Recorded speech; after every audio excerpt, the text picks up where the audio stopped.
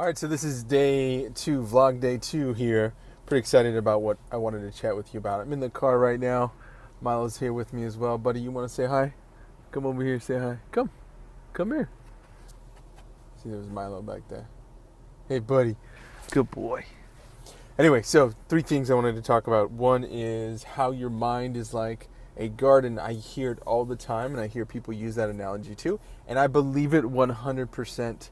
It's kind of stuck with me just because I'm really into outdoors, or being outdoors, nature, the earth, all that. So it really makes sense to me. It really resonates with me. And the other thing is, what I've had recently is, sorry, I got a text here.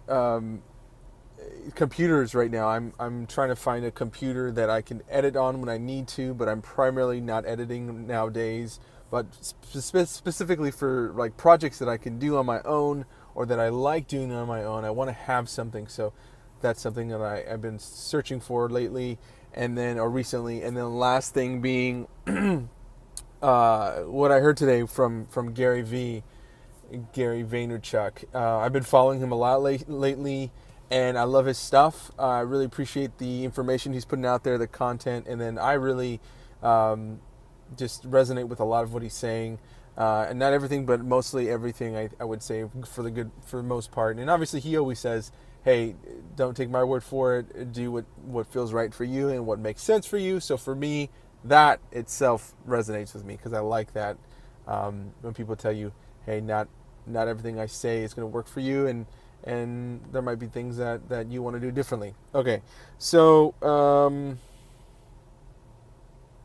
garden. I have some notes here too, just because I wanted to do it pretty consistently, pretty quickly. So we have the garden. The mind is like a garden, and you can you can basically uproot any kind of like weeds or anything like that really can ruin a garden. And weeds are like negative thinking, negative thoughts, things that are disempowering, things that are not going to create the energy that you want to have with you as you go throughout the day, as you work, as you grind in your skill, in your work, at your job, that type of thing. So whenever I start to think negatively, I think, okay, what is it that I'm planting? What kind of fruits will I have? What are my fruits of labor in the future? And if I'm planting and continuing to replant negative thoughts, allow these weeds to grow, then I'm not going to have a healthy, fruitful harvest that I can enjoy later. So keep that in mind. That's a nice, cool little analogy or metaphor. Second thing is computers. Right now, I literally have a 10-year-old computer. I don't know how I've managed to do what I've done with what I have, but I have. I've always told people when they say, hey, what do you want to be known for? What do you want to be remembered for? It's being resourceful. I love being able to be resourceful when it comes to fixing something in the house or whatever it might be. I like being resourceful. In this case, I was pretty resourceful with that HP that I had forever. I did it when I was day trading, and I had it's a pretty decent sized screen, especially for when I bought it. But I've had it forever. Was using Sony Vegas as an editing tool initially when I started, so that's all on there. But I have not upgraded since. In fact, I've just been kind of mainly doing, mobile editing. So I have editors that I trust, that I've trained, that know my what I'm looking for, and then I outline my storyboard, and then they take over from there. But yeah, I'm really excited. I want to have something that I can use, and that I can, if I need to edit something real quick for a client or something like that, or just to be creative, I want to have that. I'm really hungry for that. I haven't had it in such a long time. Milo's being such a good boy. Look, he's waiting for me. Okay, so right now I'm looking at a Mac. I just like Mac. I've had or Apple products. I have an iPhone. I've had the HP forever, and it's not as quick. And the last time we bought a Mac was for my wife's iPad, her Mac laptop. but that's probably going on 7 years too, so it's pretty old. And the Mac that I haven't opened yet, but the one that I have is a 27-inch, I think it's 5K Retina with doesn't have a lot of RAM, but it's I can add to that. It can go up to 32 gigabytes of RAM, which I'm going to have to add, especially because we're always shooting on 4K now. So anyway, excited about that. Gonna go ahead and open that and see what I can do with it. If you know of a computer you might recommend, I know a lot of editors have like built their own computers, and I think that's fascinating. I just don't see myself editing long term, at least not to that scale.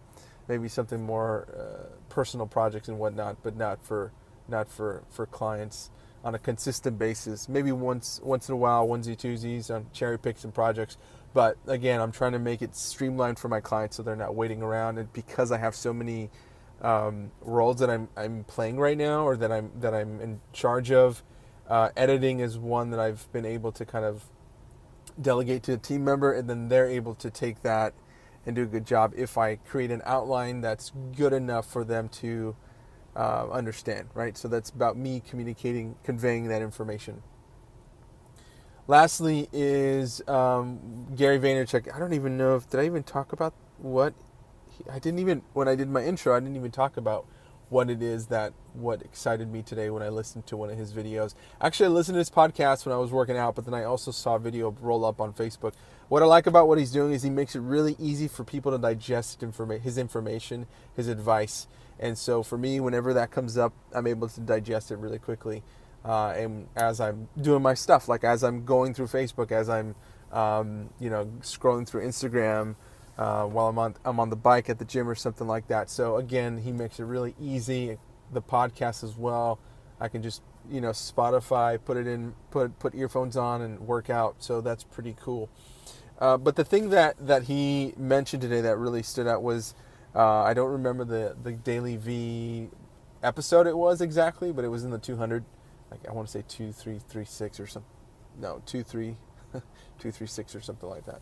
Anyway, he talked about how to be successful as a YouTuber. And he was talking about how people generally choose like a niche. So if it's like talking about jelly beans all the time, or real estate, I guess, or actually vlogging, then those are kind of the main two that people choose to choose as their avenues, or the way they're going to present their information and become a YouTuber. He kind of mentioned about how sometimes they overlap, and I think in my case they have. I've started vlogging as of this year, especially because of McKenna now. So like a lot of travel vlogging, a lot of BTS, so behind the scenes, as well as like a day in a life. So there's like a lot of going on there. There's a lot of combinations of everything, and so anyway, it's interesting how that's kind of I'm molding that, kind of seeing how I'm going to use which direction I'm going to take it, and I think the important part is that I'm doing it, because I think while you do it, you can figure out a lot. If you wait too long, or if you just kind of plan, you're not going to have that actual going out and trying things and seeing what you really like to do, whether it's like picking a niche or vlogging, or hybrid of the two, which is kind of, I think, what I'm doing. Talked about what are the three pillars in vlogging or being a YouTuber is you have to be entertaining, you have to be education, like you have to educate, and you have to, motivate or inspire. So I guess I'm figuring that out for myself as well. I'm trying to educate, I'm trying to inspire through the three kind of like points that I try to hit every time.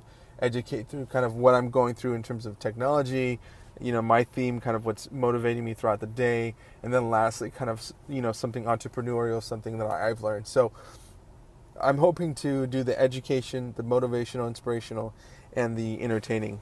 So hopefully that will morph into something even better than what it is right now. So always getting better, always improving, right?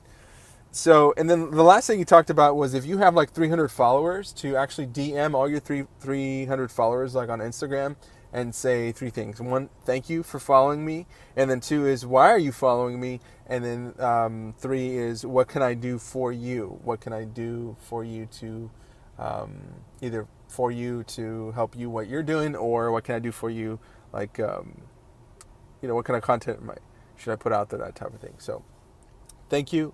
Why are you following me? So I can continue to do what you want me to do. And three is, how can I help you? What can I do for you? So all those things I think were super useful for me. I was able to grasp a lot of that and kind of retain it and be like, wow, that makes a lot of sense. It's simple, but yet very effective. So anyway, that's it. Over 10 minutes here, but just to reiterate, garden. Your mind is like a garden. Feed it what you want, what you want to harvest in the future. Positive thoughts only. And two is my computer. Like, what are you guys using?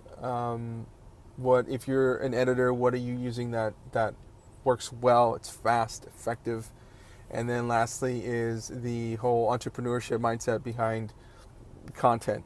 So educate, entertain, inspire, motivate. Those are your top three pillars, as well as if you have followers that you're trying to grow, DM them, ask them, say thank you. Why are you following me? So you can gain some information. And three is, what can I do for you? So that's not my advice. I just really liked it when I heard it from Gary Vee. So go check him out. Definitely follow him. He's got a ton of information. But those are just the three things that really stood out for me today. Hope you're having a great day. Thanks for watching. You could be watching anything, but you're choosing to watch this. So thank you for that. And Milo is sleeping, so time to go inside now.